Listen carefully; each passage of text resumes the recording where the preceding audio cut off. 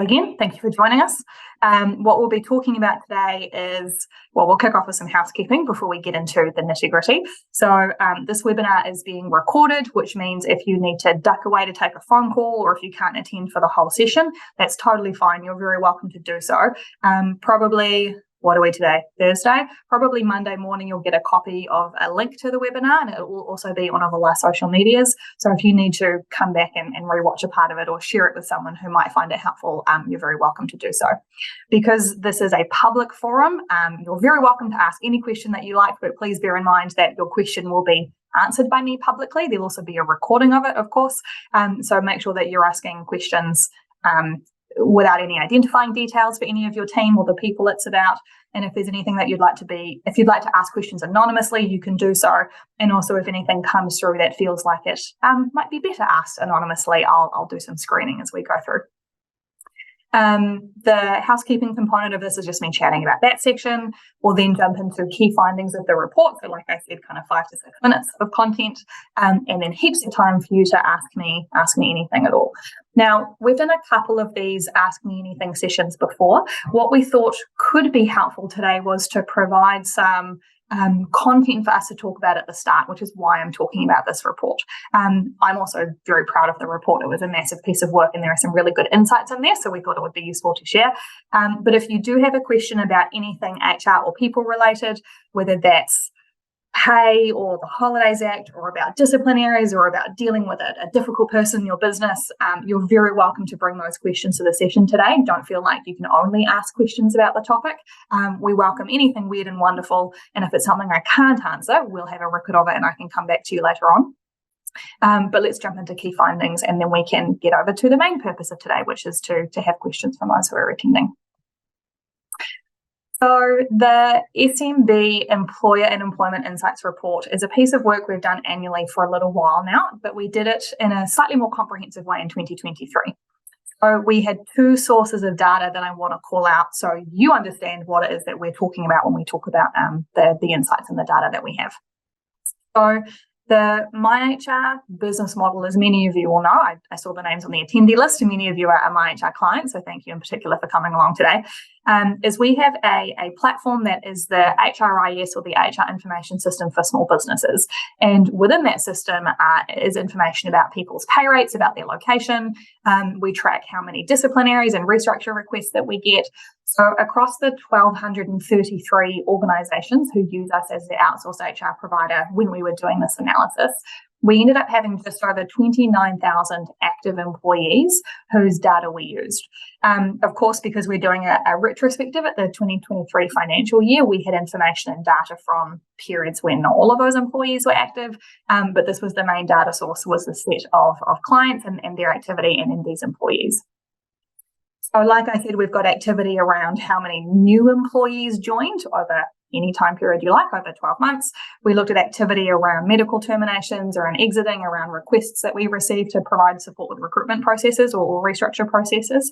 And of course, because we capture people's end dates, we're able to look at terminations and employees leaving the business. So that's where a lot of this data has come from. The thing that we did differently this time around was we also did an employer survey. So because we are an HRIS system, we don't capture information about businesses' intentions, about what their thoughts are about kind of where the economy might be going. We have some information around perks and benefits, but not necessarily all of it. So we thought it was really important to speak to the number of businesses and the business managers that we have in our population. So I was unable to get an exact number of respondents before this session, but I do know it was more than 400. I think it was about 430 or 435, but I can clarify that when I send the slides out at the end of the session and make sure I'm giving you accurate information. So the majority of those we surveyed are MyHR clients, right? We have a very responsive client database, and so we were able to speak to and get in touch with a lot of managers and business owners. But we do have some people who aren't MyHR clients who also participated in the survey. What this means is we had a really good mix of businesses who gave us feedback, and also the businesses that we're talking to around some of these insights very much overlap with the data from that first set where we're looking at kind of activity around terminations and pay rates and that sort of thing. So very close, but not exactly the same. And it means that the insights we had were very relevant to the data. Cool. So we'll blast through key findings. I'm hoping to do this in 5 minutes. So this will be me speaking at pace. So what we found is that in the financial year 2023, so the financial year that ended in March of this year, annual employee turnover is at a 4-year low, but it's still pretty high. So the 3 industries with the highest employee turnover rates, so employees leaving their employment, leaving that business, is accommodation and food services at 113%, admin and support services at 75%, and then manufacturing at 52%. So what that means is for accommodation and food services, for every person that they kind of have come into the business, that person typically doesn't last out a year. They're having to replace more than 100% of their workforce in a given year, which is pretty painful. Accommodation and food services is an industry that's always pretty high in terms of turnover, so it's not like there was anything particularly unusual happening, but understandably that's pretty painful and pretty difficult, especially as hospitality providers are trying to rebuild their businesses after a couple of years of pretty tough trading conditions. We also looked at those annual turnover rates, which is where I get that figure around a 4-year low coming from. So in 2023, that 46% turnover rate, that's averaged across all of the organisations that we support.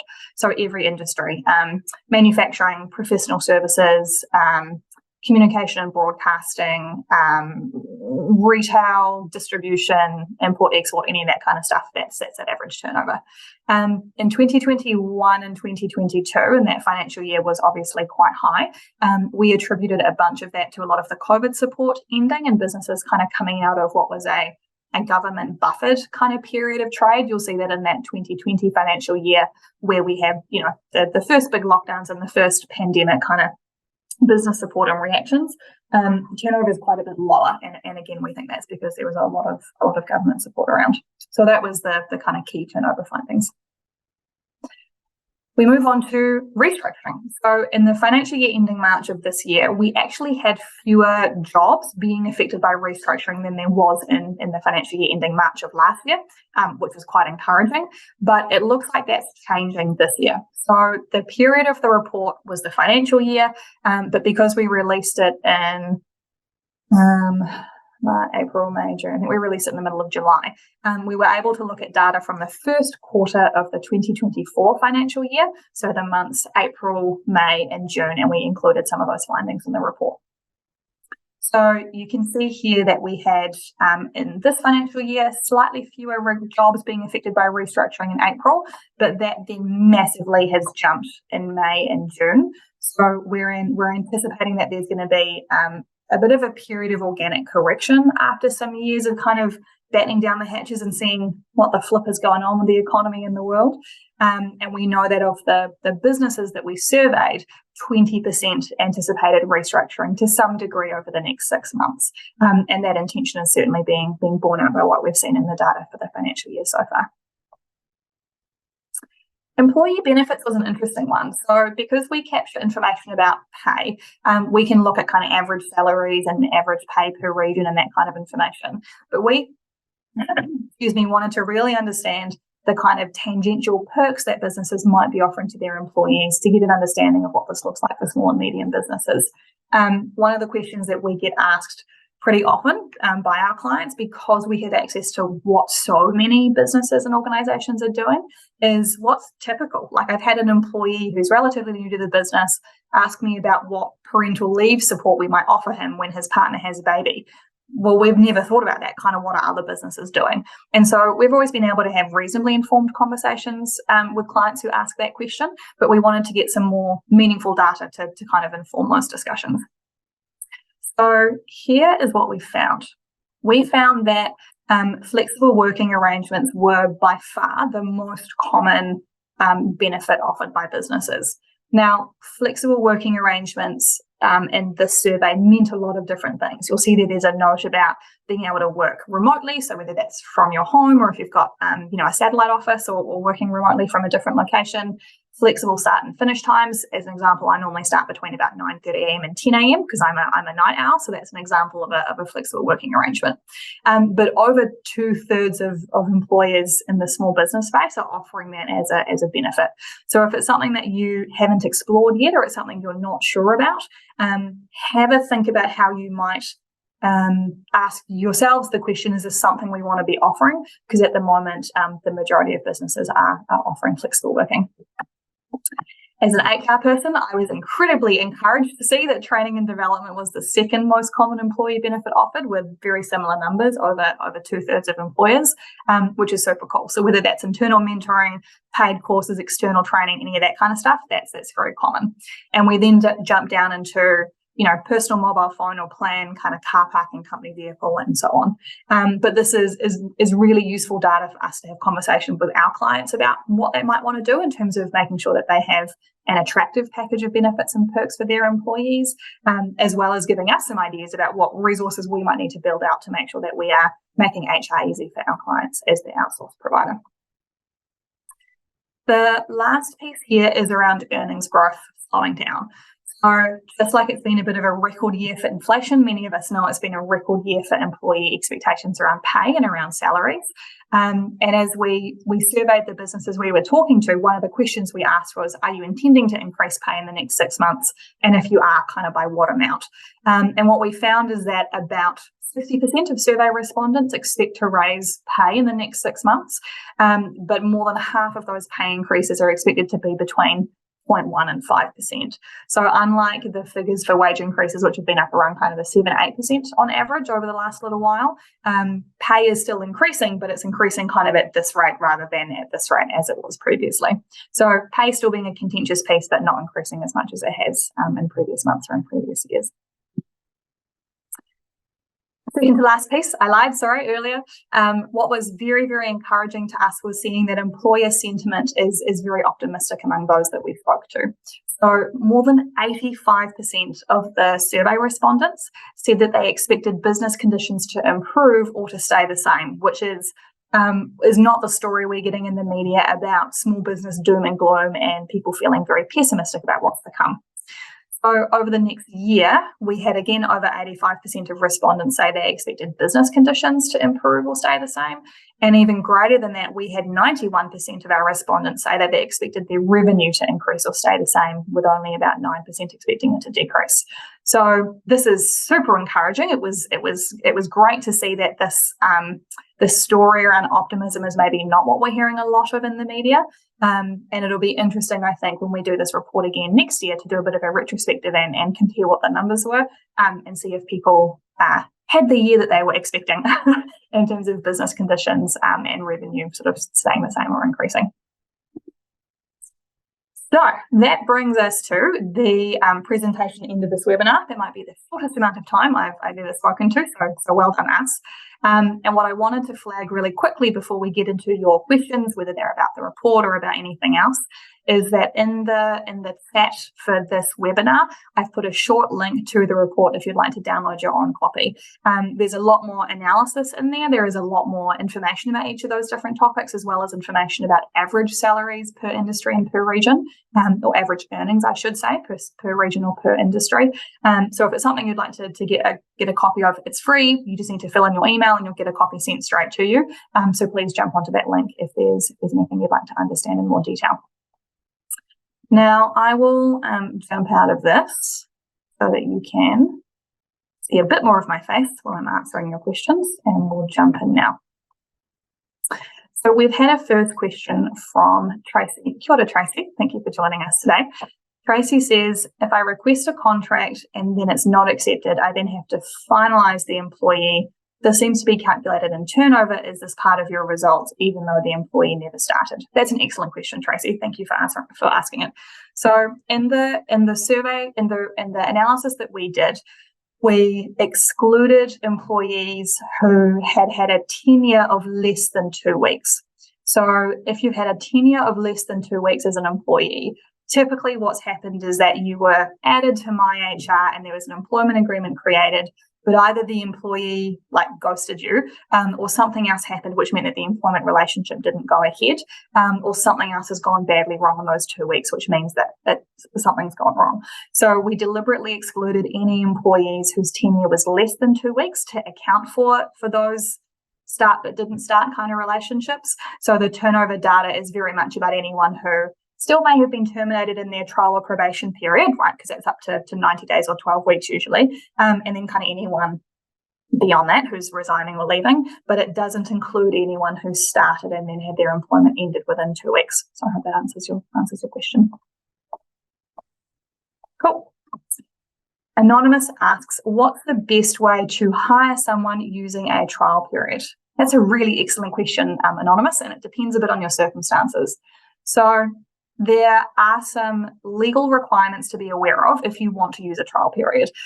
What I can do is I'll link you to a blog that explains those in more detail, but I'll give you a quick rundown now. So the first thing to make sure of is that the employee can't have worked for you before as an employee. If they were a temp, that's fine. If they were a contractor, that's fine. But the law is black and white clear that they cannot have worked for you as an employee before. They also need to have had fair and reasonable time to review the employment agreement before signing it. So you can't give them an agreement, on the Sunday and expect them to sign and start Monday. That will invalidate the trial period. You won't be able to use it. There also has to be a very specifically worded clause in the agreement about the trial period. So it has to say what date it will start on, which is normally the start date of their employment for obvious reasons. It has to say the length of it, which can be no longer than 90 days. And there are a few other kind of written pieces to be aware of. So if you're thinking about using a trial period, that's fine. Be aware that your business needs to have 19 employees or fewer. You need to not have had the employee work for you before. There must be a specific clause that outlines the terms of the trial period, and they have to have fair and reasonable time to review the agreement. Now, assuming that's all kosher and then they start with you and you're running through the trial period, you need to be aware if you are thinking of terminating them, that they need to have had fair and reasonable support and training and opportunities to improve during the trial period in order for that termination to be valid at the end. So if you whacked them in a corner of the office or of the building and never spoke to them, never gave them any training, just shouted at them to figure out how to do their job, and then come day 65 or 66, you go, Sylvie's rubbish. She's not working out. She's not a self-directed learner. She's done nothing. We're just going to fire her and see her later. I would have a claim for unjustified dismissal because I wasn't, for unjustified disadvantage because I wasn't given kind of meaningful support or like a fair chance to succeed. So make sure you have a robust onboarding and induction process. Make sure you're giving them meaningful support as they go through the trial period. And if they aren't living up to your expectations, it's really, really important that you say to them, if this doesn't improve, we may consider terminating your employment under the trial period. Now, that's a shit sentence to say. Like, it's demotivating. It feels very threatening. As an employee, like I wouldn't want to hear that from my boss. So it's an awkward communication to have to make. But there's some really interesting case law which came out, I think about 18 months ago, maybe 2 years now, that said that if it wasn't made very explicit to the employee that them keeping their job was conditional upon them lifting their performance or behavior or whatever the issue was, that they couldn't fairly be terminated because they weren't aware of the consequences of not improving. Now, I think that's overkill. Like, obviously, if you're in a trial period, the purpose is to assess whether you're going to be a good fit for the role or not. But the law is the law, and so we have to be really mindful about if something isn't going well in a probation or trial period, saying to them, if this doesn't improve, we may consider ending your employment.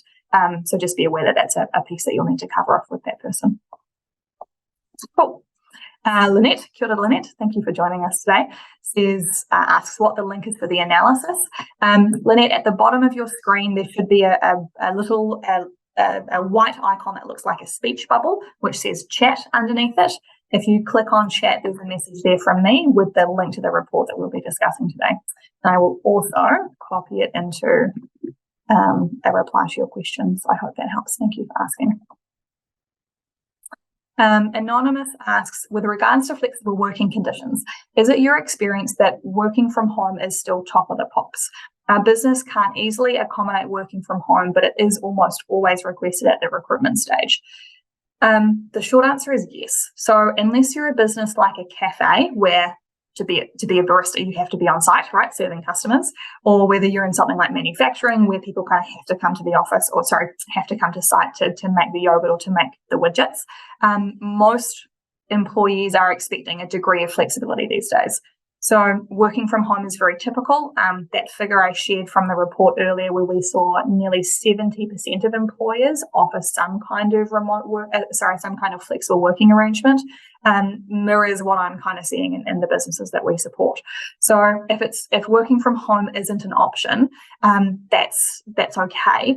Just be aware that you might be expected to offer something like earlier start and finish times, like glide time, or later start and finish times.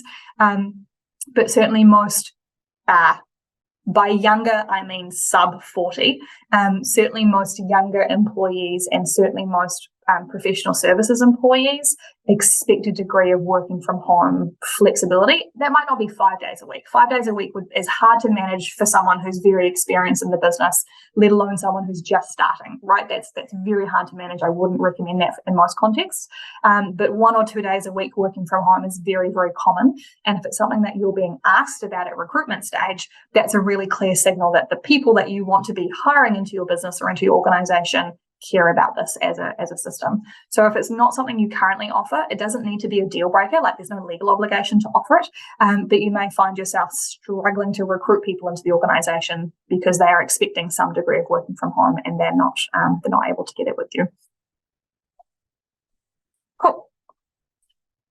Darren, kia ora Darren, thank you for joining us, says, we have a new contract that we are tendering for and it will be a 2-year contract if we get it. Is it acceptable that these contracts are advertised as fixed term?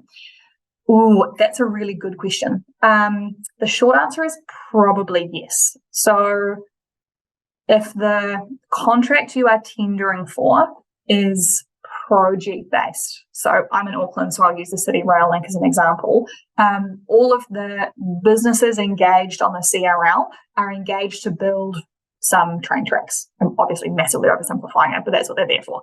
So it is clearly a start and a finished project. They're building a new thing that wasn't there before. They are totally fine to have their employment agreements be fixed term, because the reason for the fixed term is to support the delivery of the City Rail Link, and that's expected to be completed in 2025. If you are in an environment where the contract you are tendering for is for the ongoing provision of services, I'm thinking about like a community services provider where you are providing in-home carers for the Ministry of Health for citizens who are a part of their care programs, whether you're a business who does the maintenance of some of the hydro dams and the hydro stations or something like that, you can't tie someone's employment on a fixed term agreement to funding, but you can tie it to projects, if that makes sense. So where there's a clear distinguishable project you're expected to deliver, totally fine. If it's ongoing services without a clear end date and it's just that the funding might stop, you can't do it that way. And the reason for that is every business all the time is at risk of running out of money, right? Like if we do a shit job, clients will leave us, we'll run out of cash, we'll have to make everyone redundant. That's kind of just a risk of business as usual. And so the courts are really clear that you can't, in their eyes, disadvantage people by putting them on fixed terms because of financial risks that are just a part of being a business and operating. The kind of piece of case law that's coming to mind is around a bus driver who drove for a school, and the school got funding from the Ministry of Education to provide the bus route, right? So school had students who lived in remote areas. Ministry of Education gave them funding to have a driver to go and collect the students from their remote homes. And the funding was renewed on an annual basis, but obviously they always needed a bus driver, right? Like whether it was MOE funding or it was going to have to come out of their operating budget, there was always going to have to be a bus driver. And so the bus driver had been on a fixed term for something like 15 or 16 years that was renewed annually as the funding was renewed. And the court said that wasn't okay, that the funding, even though it was technically at risk, was not a good reason for him to be on a fixed term. And that was supported by the fact that it had recurred over so many years, right? Like clearly the funding was still coming. Clearly there was a permanent need for a bus driver, regardless of how that was funded. So that's a very long way to say, Darren, that it depends on what the contract is for. If it's for a project, fine. If it's for ongoing kind of continuous services, that's a bit more risky, and I'd recommend you seek some specialist guidance around that. Cool. Another question from Darren. Thank you. If a person is put on a performance improvement plan, what is the reasonable and expected time frame to have someone on one to support them to improve before you stop the PIP and move on to a termination process? Great question. I'm going to have to give you a it depends answer again. If someone's in a call center where they answer, 60 or 70 calls a day, they have high volume, high transaction experiences or interactions or tasks, 2 weeks for them would be fine. Because if you're asking for them to improve the tone with which they communicate with customers or improve the length of time it takes them to resolve the customer's issue, they have like 60 or 70 chances a day to practice improving and to get better. So a shorter time frame for a role like that is fine. If you're in typically a professional services role and sometimes in kind of what I think of as industrial or blue collar work, typically that's going to be a bit longer because you don't have as many chances to improve and show you're getting better. There's kind of a longer lead time to improve the skills and to get your delivery to where it needs to be. So like retail, call centers, high volume transactional work, shorter is fine. Where it takes you longer to improve the skills because like the timelines for your work are longer, typically that's going to need to be sort of anything from 4 to 8 weeks. Again, it depends a lot on circumstance. As long as you're showing that you are being fair and reasonable about your expectations for that person to improve, that's kind of fine. There's no hard and fast rule, but 2 to 4 weeks in those higher volume environments, and then 4 to 8, depending on the context, I would say would be pretty standard. Cool. I have a question that came through before the webinar. Someone was very organised and sent through what they wanted to talk about earlier, so I'll jump into that one now. This is a question about ACC. So over the years, I've dealt with quite a few employees who've been off work on ACC, a few of them with quite complex issues. In the past, I've dealt with their caseworker and any issues have been resolved satisfactorily. However, I've recently acquired 2 clients who've each had an employee who has been on ACC for nearly a year and in the other case for over a year. My initial step was to contact the caseworkers concerned. There aren't any caseworkers, there's now a care team, but no one will speak to me about how or if the employee can be returned to the workforce. Please suggest how I can circumvent this impasse. That's an excellent question, and ACC comes up quite a lot in the work that we do. So, you can end an employee's employment for medical incapacity if they have an illness or an injury or something with their health that means they're not fit to do the job. So most all of the employment agreements that MyHR prepares for our clients will have 5 weeks as kind of the standard time before we can go, look, it looks like you're not well. Can we have a conversation about this? So the first thing to do for your 2 clients, for the person who asked that question, is to look at what their employment agreements say. Is there mention of a length of time that they'll be absent before the employer can start considering terminating for absence for medical incapacity? If there is a clause, great, use whatever that time frame is. If there isn't, case law says 12 weeks before you can start considering termination. So in either case, whether there is a timeline or there isn't, the employees you're talking about kind of have about 12 months of absence. That's more than enough for an employer to start thinking about terminating those employees. So first thing to do is to reach out to the employees and ask for some clarity around the medical situation, assuming you don't have that already. So that might be, if it's an injury, reports from a physio or reports from the surgeon who had to reconstruct their Achilles heel. If it's an illness, it might be from their GP or around their specialist with information around recovery. And once you've got all of that information, if the employee stalls, that's a separate chat. But assuming you get all of that information, you can then look at it and go, okay, what's the realistic time frame for this employee to return to work? And if looking ahead, if the time frame for them to come back is unclear or is going to be longer than about 6 to 8 weeks at this stage, at that point I would say you should start considering consulting with them to terminate their employment for medical incapacity. Now, the reason that this might be a bit tricky for your 2 clients is they appear to have shown that they can support this absence for a year. I assume they haven't made any moves to terminate them earlier, but they've managed to support this employee not being there for 12 months. So to suddenly now go, oh shit, like you're not going to be back for at least another 6 to 8 weeks, we're going to move to terminate.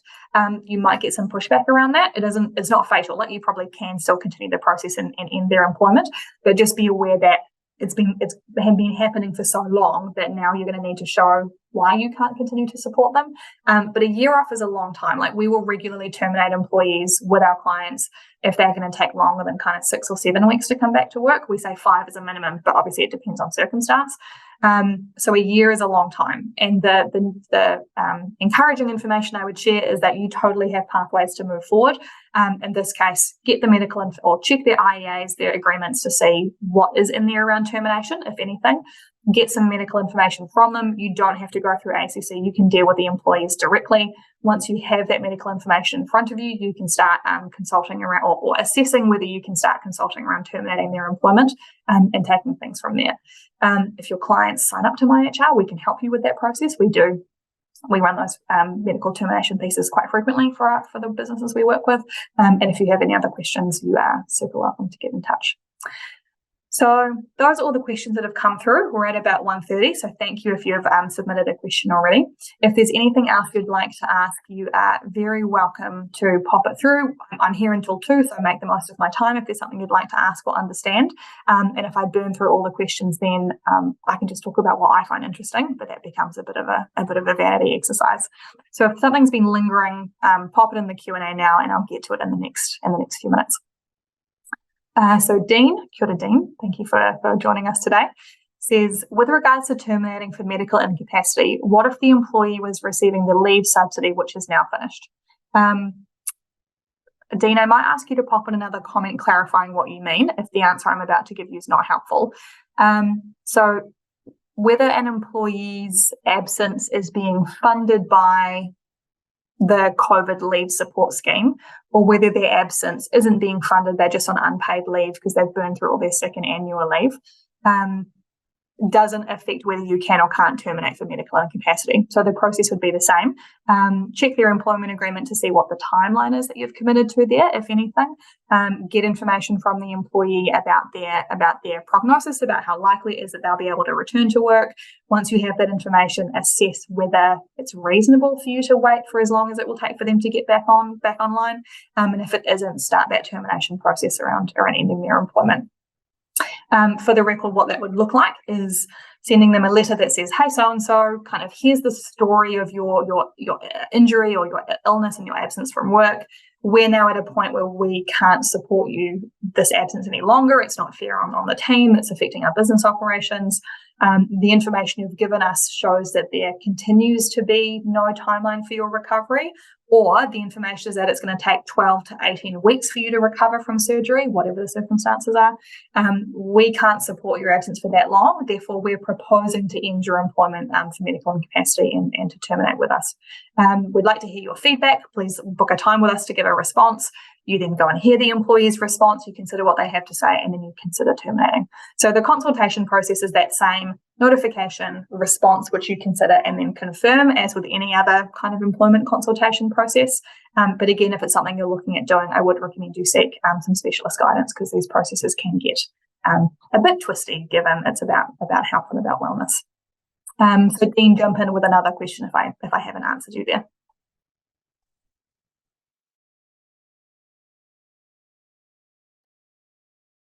Anonymous asks, what is your advice for people who are on ACC for 1 year or longer due to injuries, and how to get them back to the workforce? From an employee's perspective, how do you make sure not to disadvantage them? So as an employer, you do have an obligation to support an employee to return to work if it is fair and reasonable for you to do so.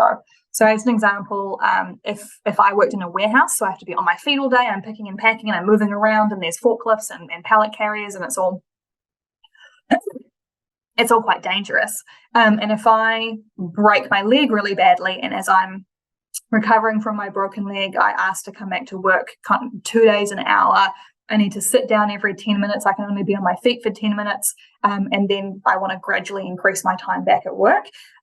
It's unlikely that it is safe for me to be back in the warehouse because of the hazards around, or that it is reasonable for my employer to support me back to work when I can only do like 10 minutes standing at a time when my job involves me being on my feet all day.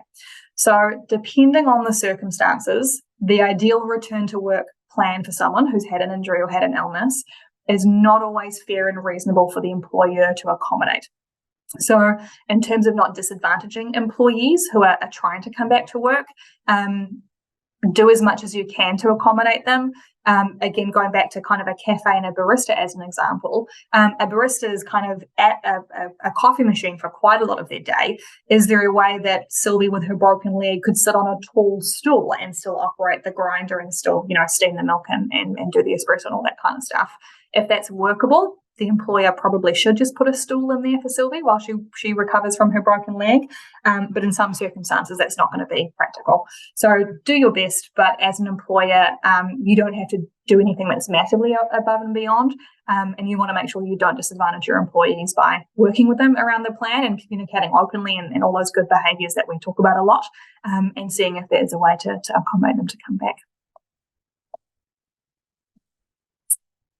Anonymous asks, if the company intends to relocate a staff to overseas, but otherwise, and if not, the position will be made redundant, how should we handle the situation if the staff rejects the relocation request?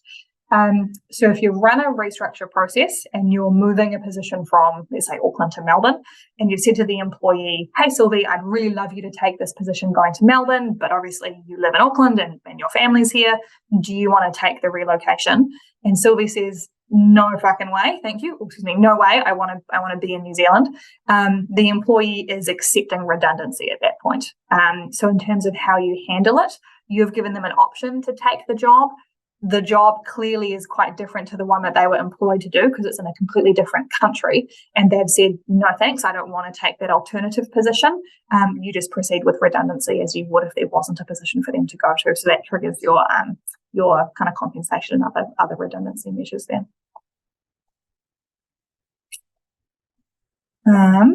Jennifer says, thanks for your answer, re-ACC. However, I've been told that relying on GP information to terminate would not be acceptable if the employee took a PG. Jennifer, these situations are always, thank you for joining us. These situations are always quite fact dependent. So what the employer needs to have done is to have asked the employee for all of the relevant medical information about their health situation. So that includes GP assessments. It might include whatever medical professionals are involved supporting the employee's recovery from injury or from illness. If the employee doesn't provide that to you, or if all they give you is their GP's information and they don't give you the specialist, or if they've only been to a GP and haven't seen anyone else for their persistent hacking cough, which is keeping them bedridden, the employer isn't responsible for pushing the employee to get adequate care, right? That would be an unreasonable expectation to put on the employer. The employee is expected to seek appropriate care for their injury or illness, and the employer is expected to inquire about and assess the medical information that they receive back from the employee and whoever's supporting them. So if all the employee has done is see a GP, or if the employee is only giving you information from the GP and not giving you information from the specialist, that's the employee's decision. It's not the employer's. To be fair and reasonable, you then just need to assess the information that you have been given. And you can say, well, I can see the GP has been treating you for this persistent cough for the last 2 or 3 months. You've been off work. It's debilitating. You're too exhausted to come to work. The GP has told me that they've tried a bunch of different antibiotics with you. They've tried a bunch of different cough suppressants. Kind of nothing's working. And so the GP is saying that there isn't a prognosis for recovery. Well, we can't continue to support your absence from work. It's already been 2 or 3 months. The medical information that you've given us says that this is going to remain the same and not improve. I would be very comfortable recommending that a client start a medical termination process in those circumstances. So hopefully that's spoken to that point in a bit more detail. If you only relied on a GP's information, ignored a bunch of specialist info, that would not be okay. But what you need to do is fairly assess the medical information given to you by the employee. There's not a standard to meet in terms of making sure the employees tried every single possible avenue. You can't control that as an employer. All you can do is assess the information that you have, and where reasonable, make a decision about whether you can continue to support their absence or not.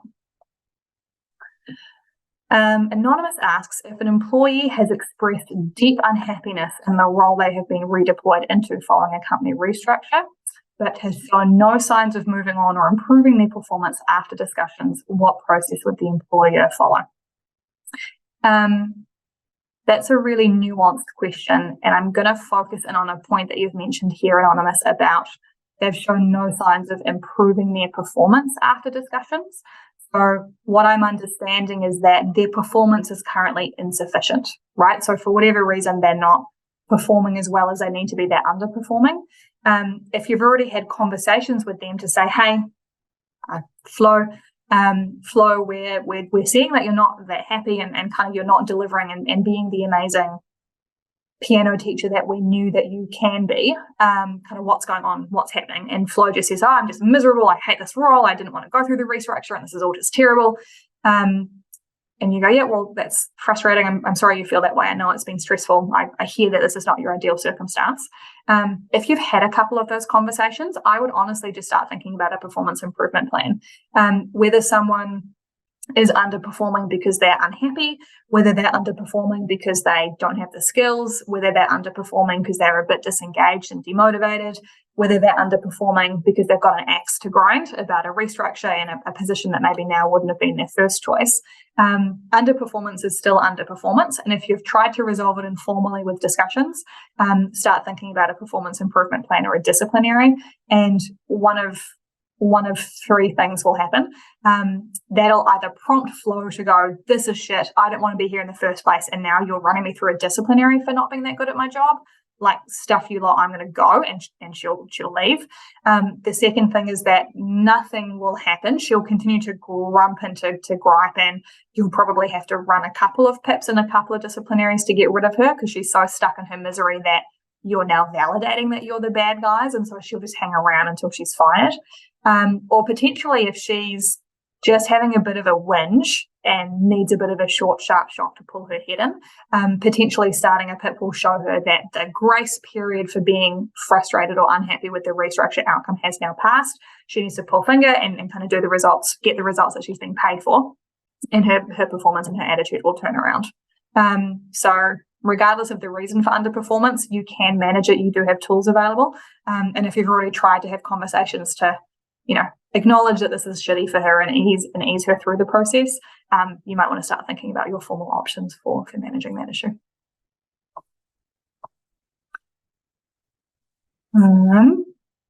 Anonymous asks, what happens if you discover that employee has an eyesight impairment? The previous manager who left knew about the impairment and accommodated it, but the new manager believes there is a risk to the employee continuing in the role with eyesight impairment. As an employer, have you set a precedent that you will continue to support the employee's impairment, or can you start a process to consult around the fact that you don't believe they can continue to do their role in a safe manner? Ooh, that's a good question. Both are true. So the business has set a precedent around saying, we knew about your eye impairment. We're happy that managers are a representative of the employer, right? The employer being ABC Limited. And so the previous manager knew about a health condition, has made an assessment that it is safe for the employee to continue. That decision kind of has to remain unless something has changed. Now, if the manager who has left, who knew about the impairment, failed to follow kind of company policy. So as an example, perhaps you have a health and safety register of any health conditions that employees might have, which means you need to be aware of, having them in a hazardous environment or providing them with, a different kind of laptop to kind of ease the strain of the eye impairment. If the manager didn't follow that process and now the new manager is going, I don't think this is safe, you can now pick up and follow company process, and potentially the assessment of the risk of the health condition will be different because now a process has been followed which wasn't. So if the previous manager did everything right and has just come to a different decision than the new manager, it's going to be quite hard for the new manager to justify why this person's being moved on, especially if the person with the eye impairment hasn't had a track record of hurting themselves or hasn't had a track record of underperforming. That's going to be very challenging. But if there was a process that was missed, if something has changed, like there's a new health and safety policy, or if there's new systems in place which the new manager didn't know about and so couldn't have assessed the safety of the eye impairment against what's now required of the role, anything around change or around policy not being followed, that'll give you an avenue to justify why there is now a different decision being made by the employer, because it's not about who the manager is, it's about who the employer is, to justify why a different decision is now being made by the employer about this person's suitability for the role compared to the previous manager. So that sounds like it might get a bit contentious. I'd recommend you have a chat to someone, us, if you're a client, give us a call. But yeah, be aware that if nothing has changed and the new manager is just uncomfortable, that's not going to be good enough to explain why a different decision is being made. Kathleen, kia ora Kathleen, thank you for joining us today, says, what if I need to start the redundancy process, but my decision for a placement in a role is dependent on a funder? I'm probably going to need a bit more information to answer that question, Kathleen. So do you mean that there's a role available, but it will only be available if some certain funding comes through? And so you're going to need to start to make a decision about restructuring position A, and maybe position B will be available, but only if the funding comes through. Yeah, if you can give me a few more details there, I can come back to you and answer that one. But at the moment, I'm not quite sure which direction to take my answer. Sorry. So pop some more details through and I can pick up.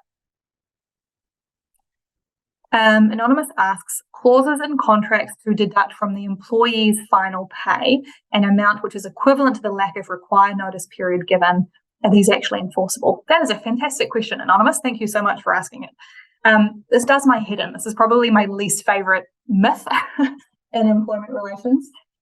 So what you're talking about is a penalty clause, right? So if an employee's termination clause says something like, Sylvie agrees to give 4 weeks notice if she resigns. If she doesn't give the required amount of notice, whatever she doesn't give will be deducted from her final pay. So if I said to my boss, hey boss, I'm piecing out, I've got a new job, I'm going to give you 2 weeks notice, could my boss deduct the missing 2 weeks from my pay? No, they can't. That's illegal. It's called a penalty clause. It's explicitly illegal. Having said that, what you can do is you can propose deducting from an employee's pay any costs that are over and above what a business would have had to have covered just from me resigning.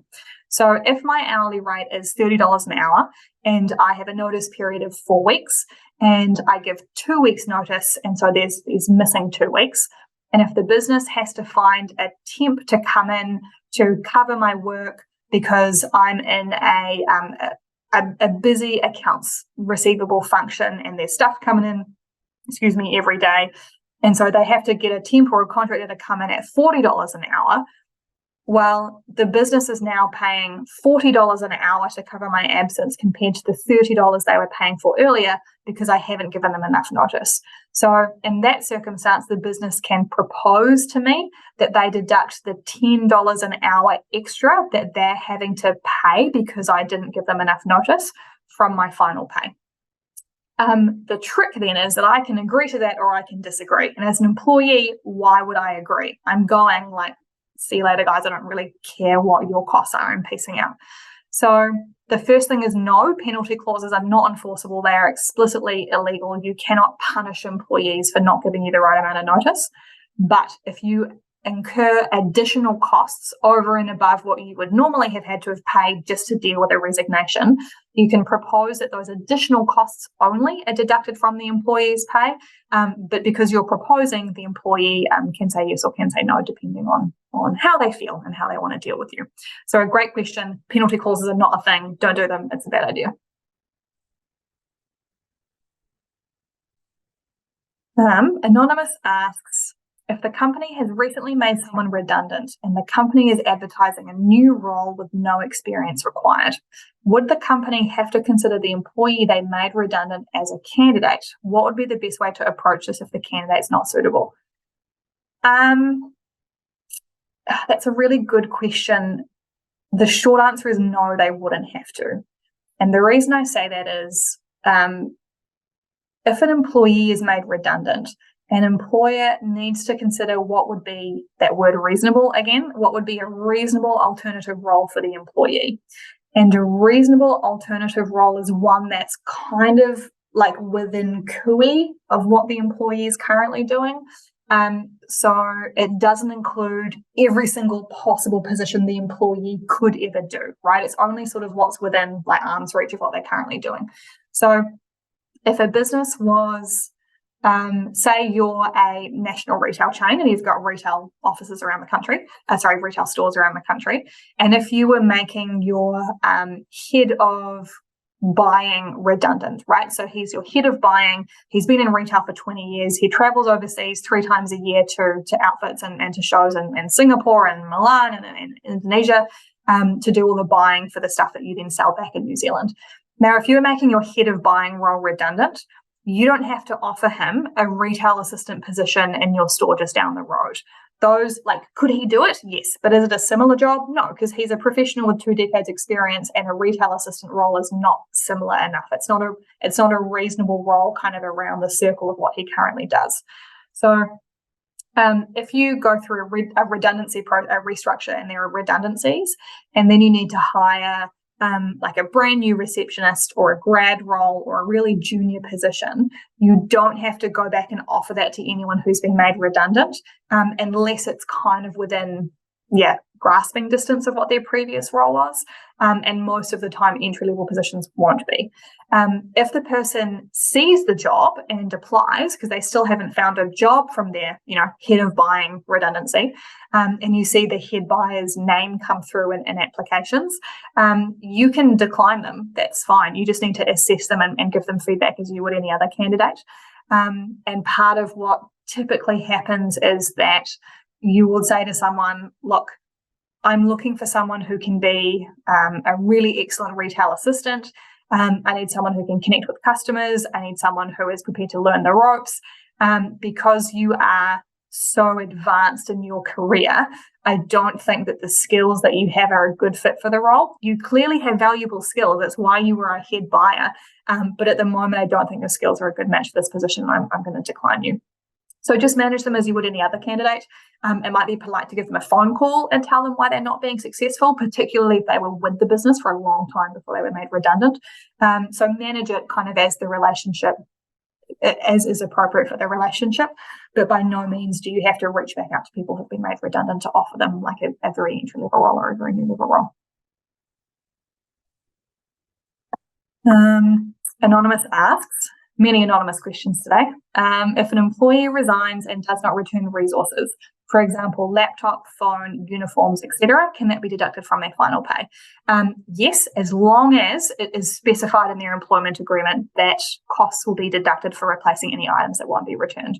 So typically there'll be like a company property clause or a deductions clause, and it will say any equipment assigned to you, including but not limited to laptop, phone, tools, desk, chair, monitor, whatever, that isn't returned when your employment ends, cost will be deducted from your final pay to replace these items. And as long as there is a clause close to that or that's like that in their employment agreement, yes, you can deduct costs for items that don't return to you.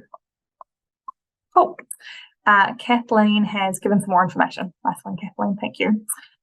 So I have one FTE available during a restructure for 2 people. I have an option to job share if I receive funding for a service.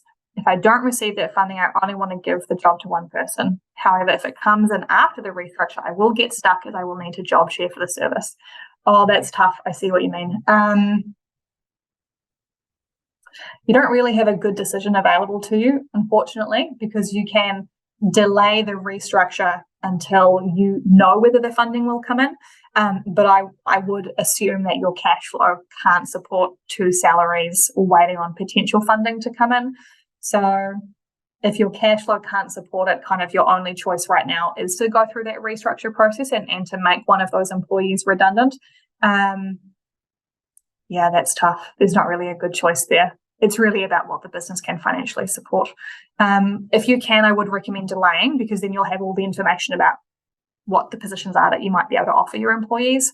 But if you have to go ahead sooner, then unfortunately you will be in a position where you have managed your cash flow, but you've made a person redundant, and now you have a role that needs to be filled, and so you need to go out and recruit. So no good choices, but you could run it either way. It'll just depend on what the business can afford. Anonymous asks, what about, further to that conversation about deductions, what about if an employee didn't give any notice at all? She resigned today and is not coming back tomorrow, or she or he resigned and is not coming back tomorrow. Can we ask her to pay those days as we are short of a person? Employer found a replacement after 3 days. Can she pay the 3 days? No, it's illegal to ask her to do that. Sorry. So even if an employee gives you no notice, you can't penalize them for not giving you notice. If you had a temp come in for 3 days who was twice the rate of that employee before you found a non-temp who's like the same hourly rate or same salary, you can propose deducting the extra costs that you had to pay to cover the temp, but you can't make her pay you a penalty of 3 days' work because she didn't give you any notice.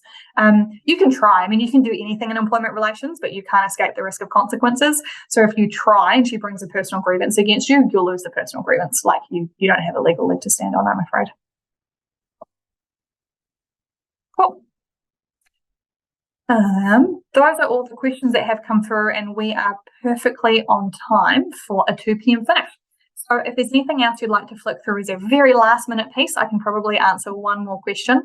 But in case everyone's got their burning platforms out of the way, thank you very much for joining us today. I hope that you learned something, whether that was from the SMB Employment and Employer Insights Report. There's that link in the chat if you'd like to download a copy of it for yourself or for someone else who might find it interesting. And hopefully you were able to ask any questions that you wanted to ask and potentially learn something from the answers as well. So as always, the session has been recorded, and there will be a recording available to you probably early next week. If there's anything else you would like to understand, you're very welcome to get in touch. You can call us on 0800 694769, or if you want to get in touch with me personally, you're welcome to do that as well. My email address is Sylvie, SYLVIE, at myhr.works, Sylvie@myhr.works, and I can pick up any questions with you then. So that's all from me. Thank you again. No other questions have come through. I hope you have a wonderful, wonderful rest of your week. And I hope the sun is shining for you wherever you are around the country. So thanks so much, and we'll see you next time. Take care.